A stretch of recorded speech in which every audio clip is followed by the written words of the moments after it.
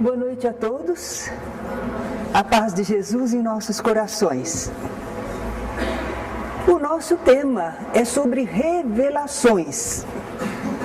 O que seria revelar? É tirar de sob o véu, desvelar.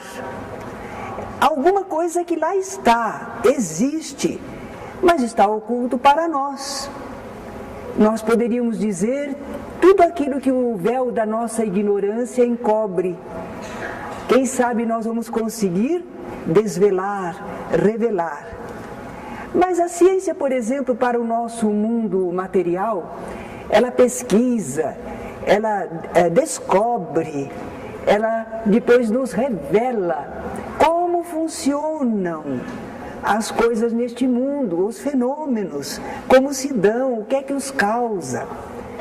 Agora, em relação às coisas da vida espiritual, nós também temos muita ignorância.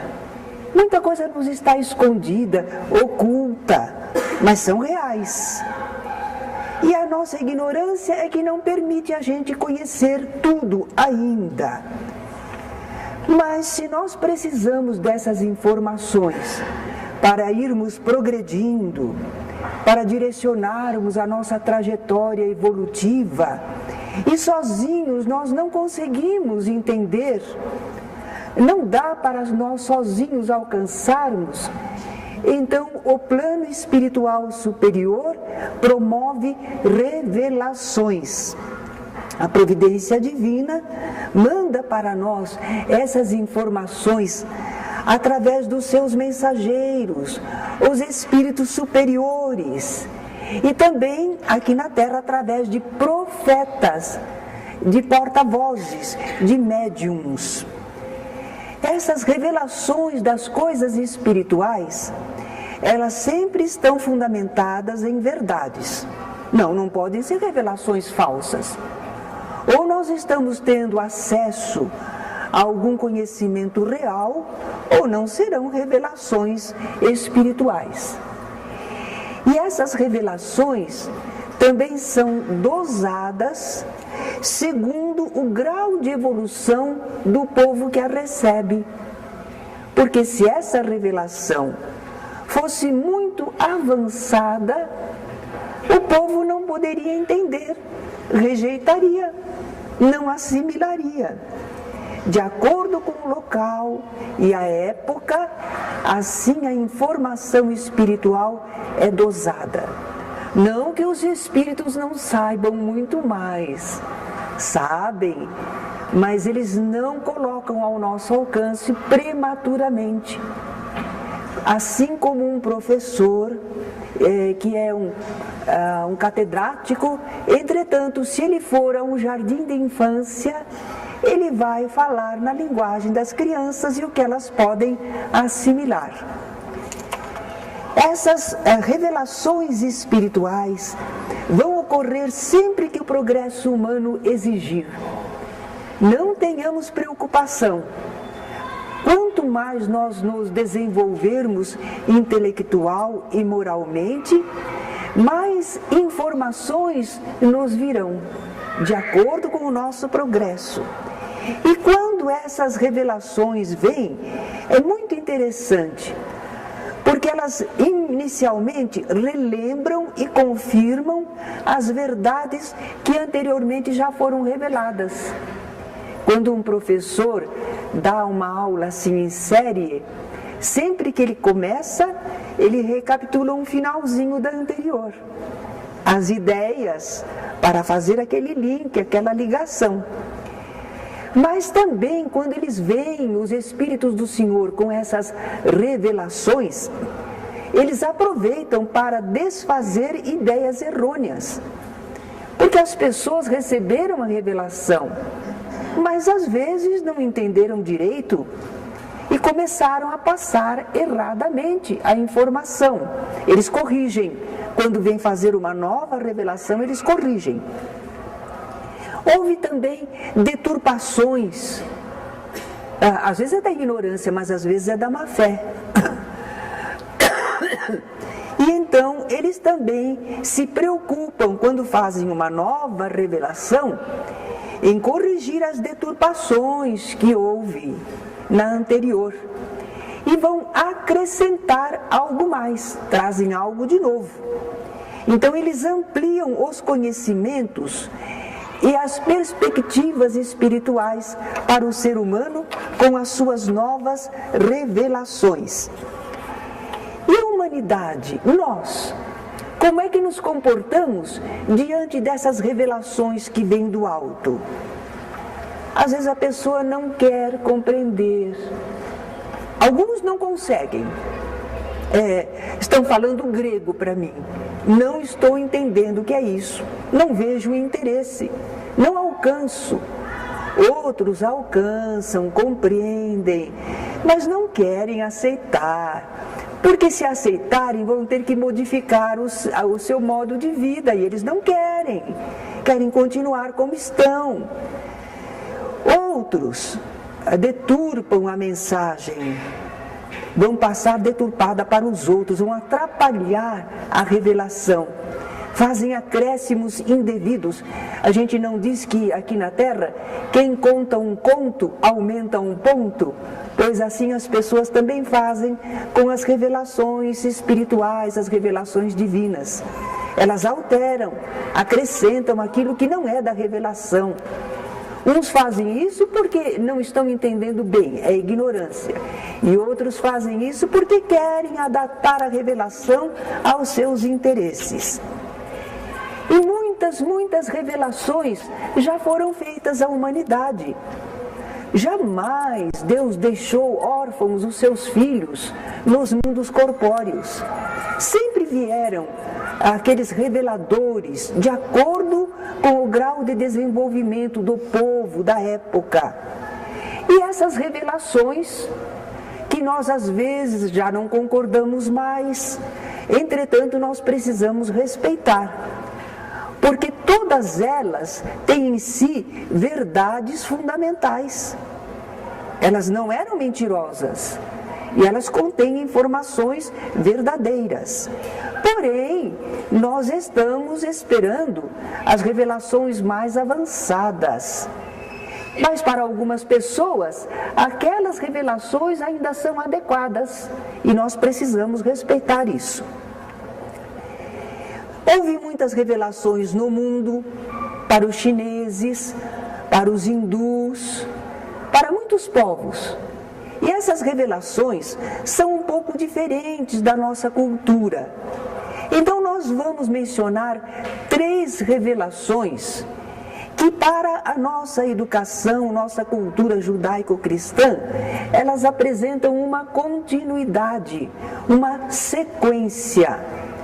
São essas revelações: mosaísmo, cristianismo e espiritismo. Vamos ver essa primeira revelação, a de Moisés. Mais ou menos é de 1300 anos antes de Cristo. É bem antiga, não é? Bem antes de Jesus. E de Jesus para cá nós temos 2000 anos. Então essa primeira revelação que nos interessa estudar, ela tem 3300 anos mais ou menos. É bem antiga. Moisés. Eu acredito que a maioria de nós, por causa da nossa formação judaico-cristã, a maioria de nós aprendeu a história de Moisés, não é? Que está na Bíblia. Ele era hebreu, israelita, mas ele nasceu no Egito. O povo israelita tinha ido para lá e se desenvolveu muito lá dentro do Egito. Mas os egípcios começaram a não gostar daquele povo crescer muito dentro do seu país e controlaram um pouco aquele povo. Uma das leis é controle de natalidade. Se vocês tiverem, eles tinham muitos filhos, não é? Eles atendiam ao crescer e multiplicai-vos. Então eles baixaram uma lei que era uma espécie de controle de natalidade. O primeiro filho homem que nascesse após o decreto dos egípcios seria morto. Era para não ter filho. Não tenha filho, né? E, entretanto, Moisés nasceu depois desse decreto. Ele ia ser morto. Ele não era o primeiro homem, filho homem da família dele, mas era o primeiro que nasceu depois do decreto, não é? Então ele iria ser sacrificado. Mas a mãe dele fez uma cestinha, vedou bem, não é? Colocou o menininho ali e mandou levar. Onde? Lá nas águas do rio Nilo, onde a princesa egípcia se banhava. E a princesa gostou do menininho e como que adotou como filho, porque ela o criou lá no palácio do faraó, com toda a boa educação, com todas as regalias. Mas Moisés sabia que ele era israelita, ele tinha contato com a família dele. E uma vez ele viu um soldado egípcio maltratando um israelita, e ele não resistiu, agrediu o soldado e o matou. Aí ele precisou fugir, teve que fugir para muito longe. E lá longe, ele recebeu uma ordem divina. Como é que ele pôde receber essa ordem divina? É porque ele era profeta, ele era médium, ele era um porta-voz divino, não é? E ele recebeu a ordem, qual era a ordem mesmo? O que ele tinha que fazer? Quem lembra? É libertar o povo dele, que eles achavam que aquilo era um cativeiro, não é? Libertar o povo de Israel e levá-lo até uma terra prometida, Canaã, não é? Então ele assumiu essa liderança, ele conseguiu retirar o povo dele daquela situação e ficou peregrinando com o povo cerca de 40 anos pelo deserto. Isso foi muito necessário, porque o povo estava amolentado, misturado com muitos costumes, e para ter aquele sentido de povo, de união, eles precisavam estar sozinhos e dependentes só deles mesmos. Então 40 anos peregrinaram pelo deserto, até que eles conseguiram encontrar a Canaã prometida e conquistá-la. Eles dizem que Deus deu aquela terra para eles. Deu nada, eles brigaram por ela, eles batalharam por ela, não é? Fizeram guerra por ela. Bem, com aquele povo que ele libertou daquela espécie de escravidão, Moisés se tornou um líder. Eles reconheciam a liderança de Moisés. E como líder, ele precisava organizar aquele povo, ele teve que fazer leis. E essas leis estão em 5 livros básicos, que são chamados, portanto, Pentateuco. Gênesis, Êxodo, Levítico, Números, Deuteronômio. É interessante que o Espiritismo também tem 5 livros básicos, não é? A gente diz o Pentateuco Espírita. Essa lei que Moisés decretou para o povo israelita, pelas quais eles se guiavam, tinham um aspecto duplo. Havia uma lei que vinha do alto e havia outra lei que era Moisés que decretava. Só que ele dizia que Deus é que mandou, porque senão o povo não obedeceria, não é? Bem, da lei divina daqui a pouco nós vamos falar. O Decálogo, os 10 mandamentos. Essa parte divina da lei de Moisés, ela vale para sempre, não vai perder o valor. Mas a lei civil ou disciplinar que Moisés fez para dirigir o povo era sobre hábitos de higiene, regulava os direitos e deveres de cada um, procurava evitar mescla de costumes com outros povos. Então as leis de Moisés, ele homem, algumas são moralmente boas, mas há outras que não são, não. São de acordo com a época. São medidas drásticas, daqui a pouco nós vamos ver. Agora, como médium, como profeta, ele continuava recebendo as instruções do mais alto para guiar o povo israelita. Moisés, então, foi aquilo que nós poderíamos reconhecer como um chefe político, civil e militar também. Ele era tudo, né, para aquele povo. E ele era muito zeloso da unidade nacional e da unidade de religião do seu povo. Mas querem ver como as ordens dele nem sempre estavam de acordo com as ordens do alto? Dentro da Bíblia, nós vamos encontrar uma lei de Moisés. Uma viúva que não teve filhos, o marido morreu e não deixou descendência. Tinha essa mulher o direito de pleitear, casar com o seu cunhado, um dos irmãos do marido. E naquela época, ele podia ter mais de uma esposa, cada homem, né? Então, mesmo que ele fosse casado, ela tinha direito a casar com ele. Por quê? Porque eles queriam formar um grande povo para Jeová, ter muitos filhos, crescer e multiplicai-vos. Então, como ia ficar uma mulher em idade fértil, sem ter filhos para o povo de Israel? Tinha a mulher o direito de pleitear casar com o seu cunhado, para que ela tivesse a descendência, não é? Mas e se o homem não quisesse casar com ela? Ele passava por uma cerimônia que era de humilhação. Eles iam chamar daí em diante a sua família a casa do descalçado. Eles tiravam o calçado da pessoa. Mas e daí?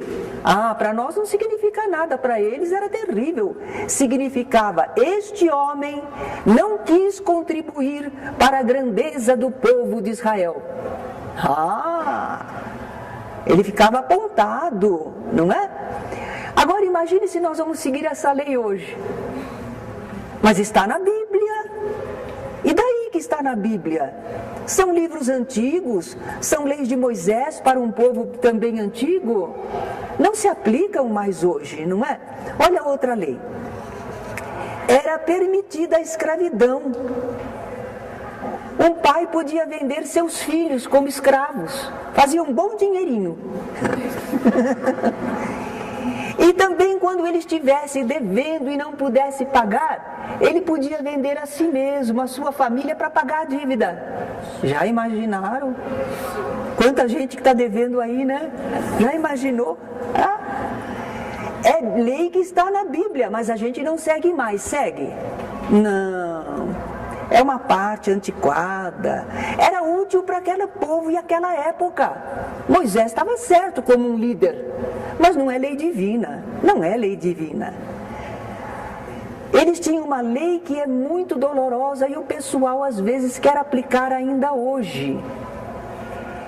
O filho bastardo, quer dizer, o filho de mãe solteira, que o pai não reconheceu. Esse filho bastardo não podia entrar na congregação, não fazia parte do povo israelita, não era um cidadão, era marginalizado. Ele, seu filho, seu neto, seu bisneto, seu trineto, seu tataraneto, até a 10ª geração. Que coisa horrível! Que culpa tinha a criança? Mas por que eles faziam isso? Eu fico aqui pensando que eles queriam controlar, para que as pessoas só tivessem filhos dentro do casamento, tudo organizadinho. Mas eles não conseguiam, né? Imagine se consegue isso com a natureza humana. Mas eles faziam. E a pessoa ficava marginalizada, ela e todos os seus descendentes. Muito cruel, vocês não acham? Está na Bíblia, mas é lei de Moisés, não é lei divina. E nós estamos aprendendo a separar o que tem na Bíblia, de divino ou não. Então, da parte humana da Bíblia, muita coisa ficou ultrapassada pelo progresso. O conhecimento humano avançou, houve mudança de costumes. Agora, da parte divina, das revelações que os mensageiros fizeram, daqueles porta-vozes da época, os profetas, não, aquilo não perdeu o seu valor, permanece atual sempre. Querem ver alguns exemplos? Encontramos a lei de hospitalidade para com os viajores. Naquela época, não havia esses hotéis como nós temos hoje. Às vezes uma pessoa que saía em viagem ficava desprotegida. Não tinham o que comer, onde repousar, onde se proteger. Então havia essa ordem que vinha do alto, veio por inspiração do alto, que era um dever hospedar os viajores. Jesus conta uma parábola de um homem que recebeu um hóspede dentro da noite e foi pedir ao vizinho, né, que lhe desse alguns pães para atender o seu hóspede, porque era dever a hospitalidade. Não oprimir a viúva, o órfão, o estrangeiro e o pobre. Naquele tempo, a mulher não tinha profissões como hoje, não podia trabalhar como agora. Ficou viúva, ficou na indigência, ficou ao Deus dará. Então era para não oprimir a viúva, procurar ajudar, o órfão também. E o estrangeiro da mesma maneira, num povo estranho, se não houvesse amparo, e o pobre igualmente. Então vejam que leis maravilhosas que eram recebidas através dos profetas, leis corretas, vinham do mais alto. Outra que nós podemos citar é: Deus prefere misericórdia e não sacrifício. Jesus iria repetir isso: misericórdia quero e não sacrifício. Não agrada a Deus que nós estejamos matando animais ou pessoas, ou nos flagelando para agradá-lo. Deus não se agrada com isso. Ele quer o bem de todos, não é? Mas já estava lá a informação entre os israelitas, vinda do alto. Ezequiel também diz assim: olha, o justo não paga pelo pecador. Porque até hoje, quando nasce uma criança com problemas numa família, os adversários daquela família, se não tem compreensão, falam: bem feito, hein? Deus tarda, mas não falha, hein? Olha aí o filho que teve. É um engano. O filho não paga pelos defeitos do pai. Mas alguns israelitas pensavam assim. E Ezequiel, o porta-voz divino, o médium, transmitiu do alto a informação: não, Deus é muito justo, cada pessoa recebe pelos seus atos. E Deus sempre perdoa, dá recuperação ao pecador que se arrepende. Então nós estamos vendo que quando as informações eram de origem espiritual superior, elas não mudaram, elas valem para sempre. Mas o que era a lei de Moisés e que o povo pensa que ainda deve seguir, essas se modificaram com o tempo. Vamos ver o decálogo, os 10 mandamentos? Ele foi ditado por Deus a Moisés. Será? Espera um minutinho, meu bem, não põe ainda. Deixa eu ver onde você está. Eu ia começar. O decálogo? Pode ser. Isso. Então, costumamos dizer que Moisés recebeu esse decálogo por ditado divino. Alguns até representam que veio como um raio, né, e escreveu nas pedras. Será que foi escrito assim milagrosamente? Não, nós não vamos tirar a autoridade do relato bíblico, porque pode haver um fenômeno de efeito físico e produzir isso. Entretanto, os 10 mandamentos já existiam em povos antigos, na religião bramânica, nos textos mágicos da Síria, no livro dos mortos, lá no Egito. E Moisés não foi criado no palácio do faraó? Ele devia conhecer. No livro dos mortos já estão esses 10 mandamentos, mudando um pouquinho as palavras, mas são as mesmas recomendações. No famoso Código de Hammurabi, cerca de 700 anos antes de Moisés, lá já estavam a lei das 10 tábuas. Só que Moisés ainda pôs assim uns pequeninos detalhes que um historiador achou que eram infantis. Mas basicamente as mesmas leis já estavam naqueles povos antigos. E ao menos uma parte desses mandamentos Moisés deveria conhecer. Vamos ver como está na Bíblia, como Moisés colocou no livro Êxodo os 10 mandamentos. E vamos comparar com o catecismo católico. E a nossa intenção não é criticar nem desmerecer, é conhecer. É conhecer. Então vamos ver lá. Agora pode. Primeiro mandamento: não terás outros deuses diante de mim, porque havia povos idólatras na ocasião. E os israelitas só tinham que adorar Jeová e não outro Deus. Por isso que eles recomendavam: não terás outros deuses diante de mim. Aí o pessoal adaptou para a nossa época, amar a Deus sobre todas as coisas, não é? Não ficou mal. Agora o segundo mandamento, segundo Moisés: não farás para ti imagem de escultura das coisas que estão no céu, na terra, não adorarás tais coisas, nem lhes prestarás culto, porque o pessoal adorava ídolos, representações. Tá? Aí tiraram esse mandamento. Não, no catecismo católico não tem isso.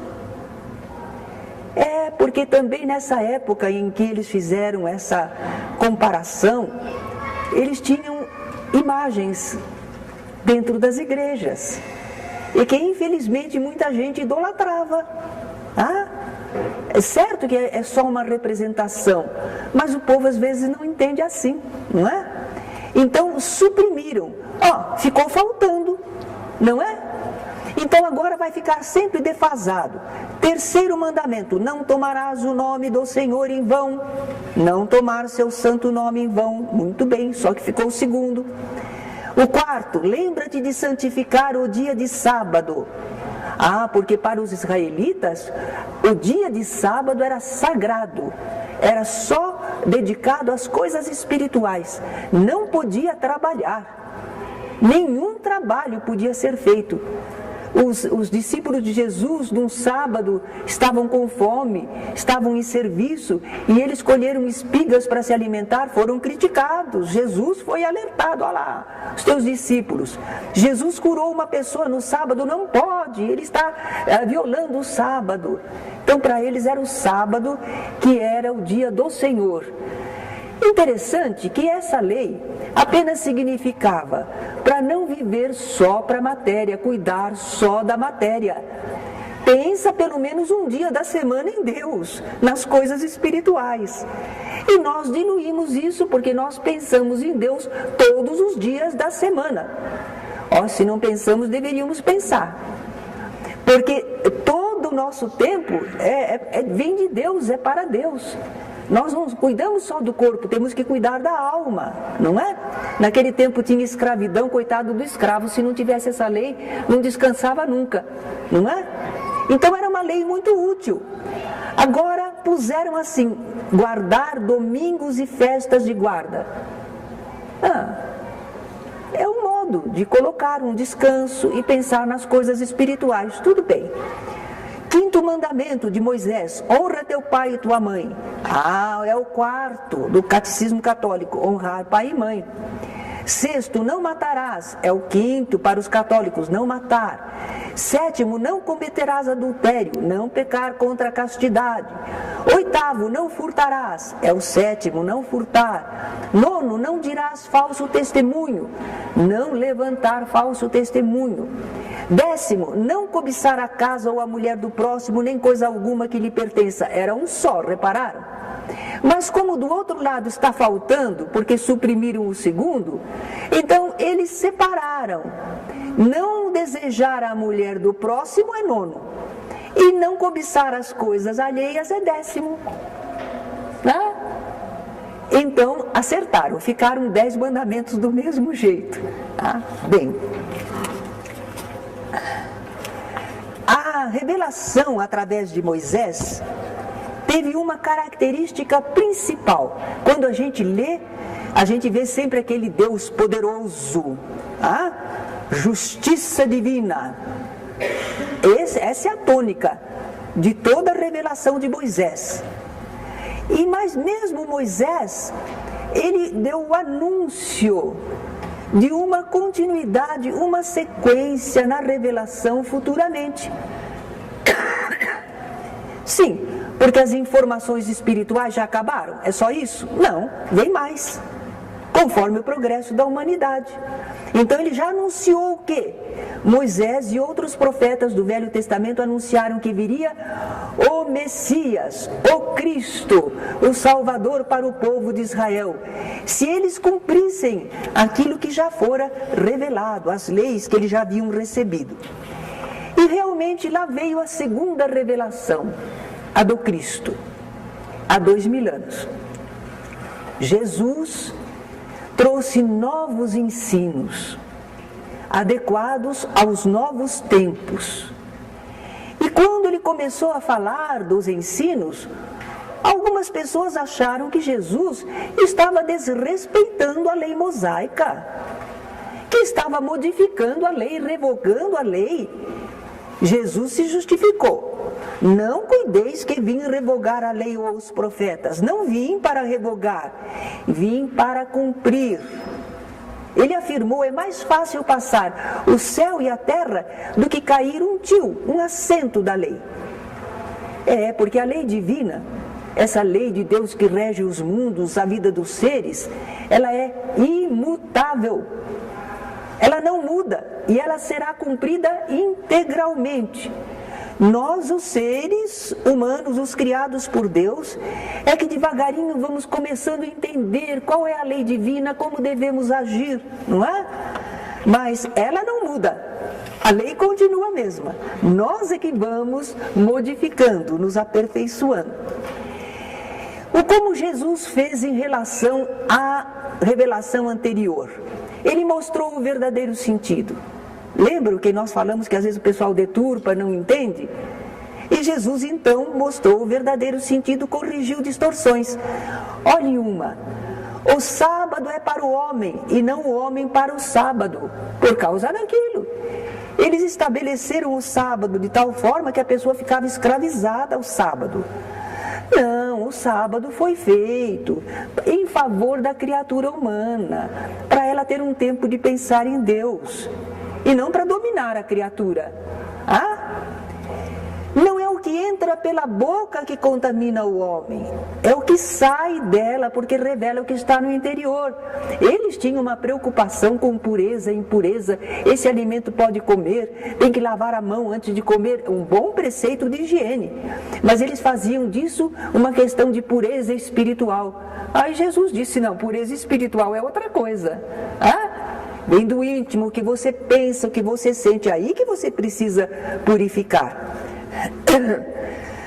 Jesus também desenvolveu e adaptou a revelação anterior ao grau de adiantamento moral agora da humanidade. Eles tinham aprendido assim: amarás ao teu próximo e aborrecerás ao teu inimigo. Quer dizer, você gosta do amigo, mas não gosta do inimigo. Jesus mudou, não mudou? Ele falou para amar até mesmo ao inimigo, fazer o bem, orar por ele. Mudou ou não mudou? Mudou. Ele avançou, ele desenvolveu, porque as pessoas até ali já tinham aprendido a corrigir certos costumes. Agora ele vem com outro chamado, um pouco mais adiante. Ele informou melhor sobre a vida futura, penas e recompensas após a morte. Ele contou uma parábola do rico e do Lázaro, estão lembrados? Ele mostrou a diferença de situação no plano espiritual, na continuidade da vida, de acordo com aquilo que a pessoa viveu aqui na terra. Porque entre os israelitas havia, por exemplo, os saduceus, que não acreditavam em ressurreição, em continuidade de vida. Morreu, acabou. E Jesus veio e afirmou que a vida continuava e que a justiça divina se fazia. Ele falou com o Nicodemos, o doutor da lei, sobre reencarnação. Já havia essa ideia lá entre os israelitas, mas estava escondida, não estava bem compreendida. E Jesus então reeditou a mensagem. Jesus deu nova e melhor ideia de Deus. Como era o Deus de Moisés? Terrível, ciumento, vingativo, cruel, implacável, injusto, exclusivo do povo israelita. Só para o povo israelita, os outros eram gentios, estrangeiros. Ele impunha o modo como queria ser adorado. E qualquer inobservância que as pessoas fizessem, ele se ofendia. punia e recompensava só com os bens da terra. A glória e felicidade era poder escravizar os outros povos e ter descendência numerosa. Dominar na terra. Era assim que eles entendiam. E como é o Deus revelado por Jesus? É clemente, soberanamente justo e bom, cheio de misericórdia. Ele perdoa o pecador arrependido e dá a cada um segundo suas obras. Ele é pai não só dos israelitas, é do gênero humano todo. A todas as criaturas ele protege e chama a si. Ele não quer ser temido, ele quer ser amado. Além de modificar a ideia de Deus, Jesus resumiu toda a lei e simplificou, porque eles tinham tornado a coisa tão complicada, que só os doutores da lei sabiam o que era certo e o que era errado. Mas Jesus simplificou para o povo. Amar a Deus sobre todas as coisas e ao próximo como a si mesmo. Eles já tinham essa lei, esse ensinamento, mas estava soterrado, sufocado, e Jesus ressaltou. Aí estão toda a lei e os profetas. Amar a Deus e ao próximo. Jesus também mudou, porque o decálogo, repararam? Não fazer isso, não fazer aquilo, não fazer aquilo outro, não. Jesus mudou. Tudo quanto quereis que os homens vos façam, fazei-o vós a eles. Faça. Seja generoso, perdoe. Ele mudou o enfoque de negativo para positivo. Mas o mais importante é que Jesus exemplificou tudo que ele ensinou. Porque na Terra nós tivemos muitas revelações e muitos reveladores.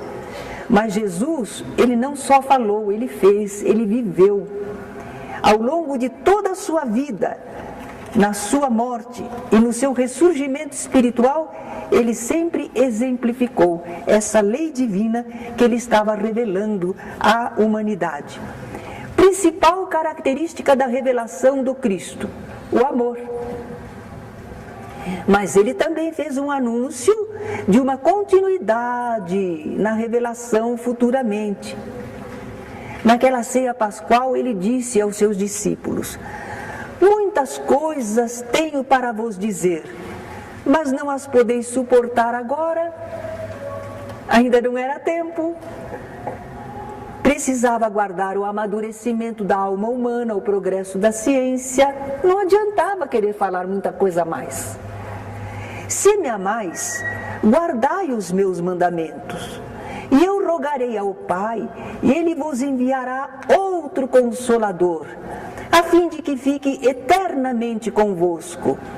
Esse outro Consolador, que não é Jesus, também não é uma pessoa, o Espírito de verdade, olha lá, é mensageiro espiritual, não é alguém corpóreo não, que o mundo não pode receber. Por que não pode? Porque não o vê e absolutamente não o conhece. Não é o que acontece com a maioria das pessoas? Eu só creio naquilo que eu vejo e naquilo que eu toco. Eu não vejo, eu não toco, eu não creio. Não é? Mas quanto a vós, os discípulos, conhecê-lo-eis, porque ficará convosco e estará em vós. Eles até já trabalhavam com a mediunidade, não é? Eles intermediavam os espíritos. Porém, o Consolador, que é o Santo Espírito, não é qualquer Espírito, é Espírito Santo, Espírito bom, Espírito de luz, que meu Pai enviará em meu nome, vos ensinará todas as coisas, olha as revelações, e vos fará recordar tudo o que vos tenho dito. Evangelho segundo o Espiritismo. Está recordando tudo que Jesus falou, mas, naturalmente, colocando mais atualizado, não é? Tirando as deturpações. Então a gente conhece a mensagem do Cristo, o pensamento dele. Bem, meados do século XIX, progresso científico, evolução das ideias, tolerância maior para todas as formas de pensamento, visão mais cosmopolita e universal, busca do entendimento dos fatos pela razão. Lá na França até entronizaram a razão, não é? Agora abriu um campo novo. O ambiente humano está favorável a uma nova revelação. E essa nova revelação, lá vem ela. Onde? Qual era o ponto mais desenvolvido de cultura na Terra naquela época? Não era Estados Unidos, não. Era a França. Então é lá na França que a mensagem, a revelação maior vai surgir, não é? A iniciativa é dos Espíritos, por isso é uma revelação.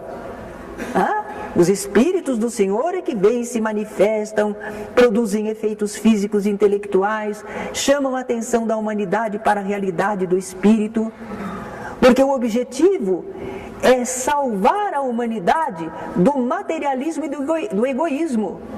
Se não houver convicção de vida espiritual, o pessoal só pensa na matéria, e cada um por si. Fica todo mundo egoísta, então era preciso não deixar que a humanidade enveredasse por esse caminho. Estão desenvolvendo a razão, tudo bem, mas você precisa raciocinar sobre coisas espirituais também. Por isso os espíritos vieram nessa fase. Mas houve uma elaboração humana, porque Kardec codificou os ensinos, a doutrina dos espíritos, não é?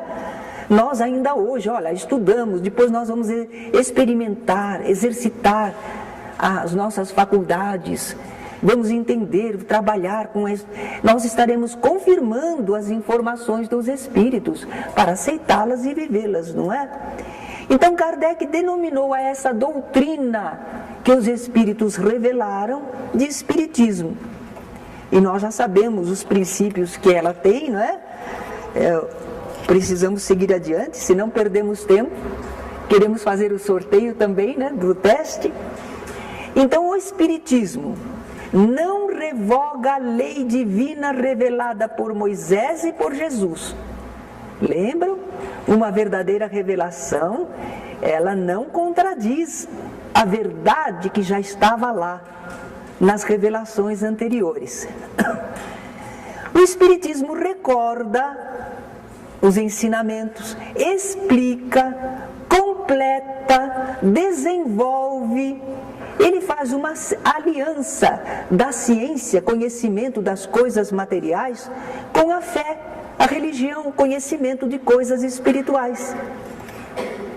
O Espiritismo atrai para os verdadeiros princípios da lei de Deus e consola por esse conhecimento espiritual, essa fé e pela esperança. Qual o caráter principal da revelação espírita? É uma verdade consoladora. Lembro, Moisés foi justiça, Jesus foi amor. E o Espiritismo é verdade que consola, é o consolador, não é? Mas também os Espíritos anunciam uma continuação. Claro que não acabaram as revelações. As bases não vão mudar. Mas novas informações poderão vir se a humanidade progredir o suficiente. É o caráter progressivo do Espiritismo. Os ensinamentos continuarão, conforme a nossa necessidade de progresso espiritual, conforme o nosso conhecimento científico também for se aperfeiçoando. Eis aí o tema, as três revelações. Algumas pessoas disseram, mas não houve outras? Houve. Mas essas três nos interessam, porque há uma sequência entre elas e condizem mais com a cultura nossa, certo? Por isso estudamos essas três revelações. Nós vamos cantar uma musiquinha, não guardei nenhuma para mim?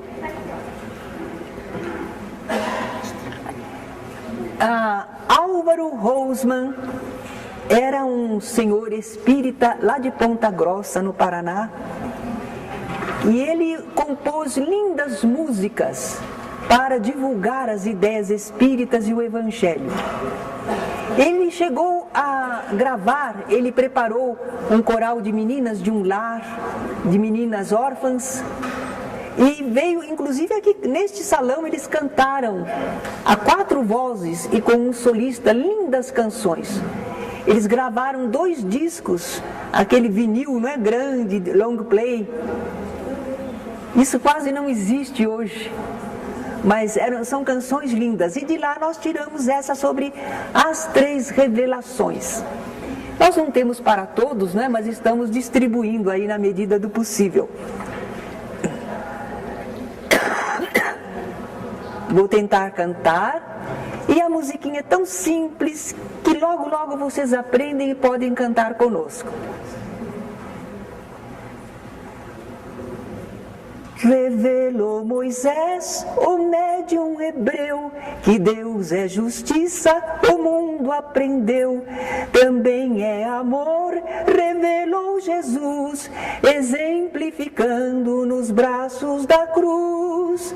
Moisés, Jesus, revelam justiça e amor. Moisés, Jesus, revelam justiça e amor. Para completar, quem quer liberdade precisa aprender inteira verdade. No Espiritismo, o Consolador, na voz de Kardec, o codificador. Moisés, Jesus, revelam justiça e amor. Verdade, verdade, na voz do codificador. Dá para cantar agora? Não precisa gravar, vamos, ou grava, né, o pessoal cantando. Revelou Moisés, o médium hebreu, que Deus é justiça, o mundo aprendeu. Também é amor,